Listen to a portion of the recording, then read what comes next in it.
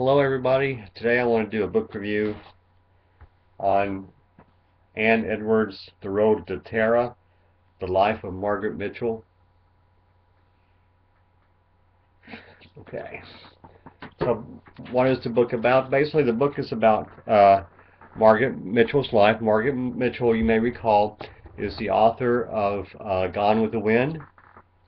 It is her only published novel, or the only novel she wanted published. There's another one that was published, which was published after her death.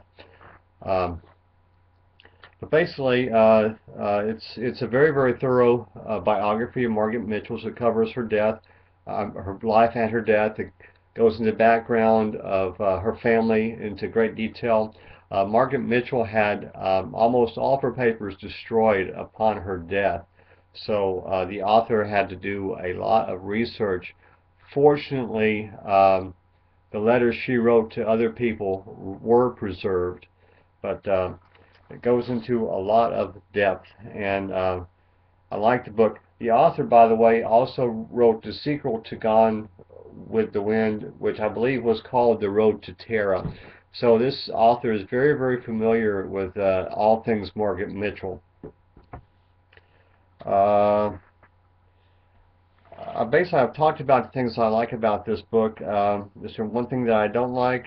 No, not really. I think the author is fair. She does go into some criticisms of Margaret Mitchell, and but basically, it's a very good book. And now, is there anything else I want to talk about? And there is one other thing I want to talk about. Margaret Mitchell's mother died in 1918, and Margaret Mitchell was, I guess, 18 years old at that point, and she was a freshman in college, and she had to come back, but she didn't make it in time to see her mother before she died. But her mother had the presence of mind and knew that she was dying, and she had the presence of mind to write Margaret Mitchell, her daughter, this letter.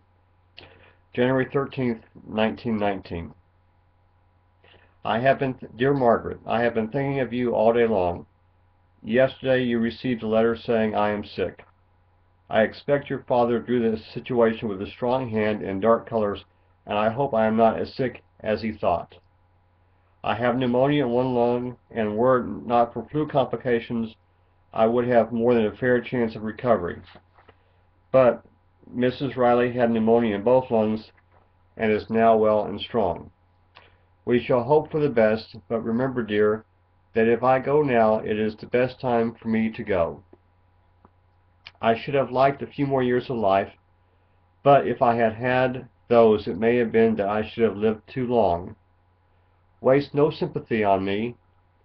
However little it seems to you that I got out of life, I have held in my hands all that the world can give. I have had a happy childhood and married the man that I wanted. I had children who loved me as I loved them.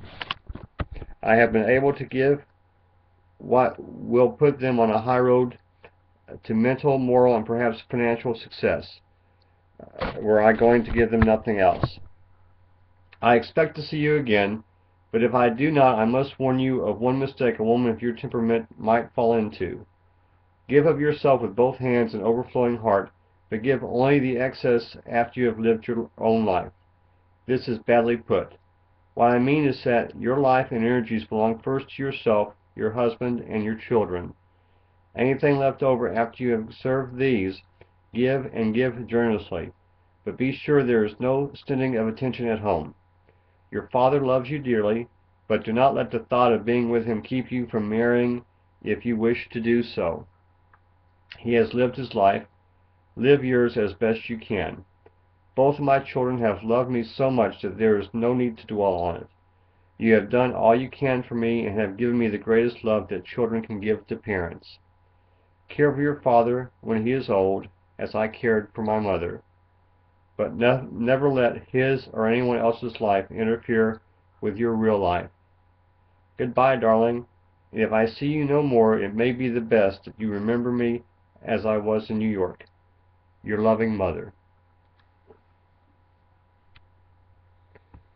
The book is The Road to Terra, The Life of Margaret Mitchell by Ann Edwards, and I highly recommend it.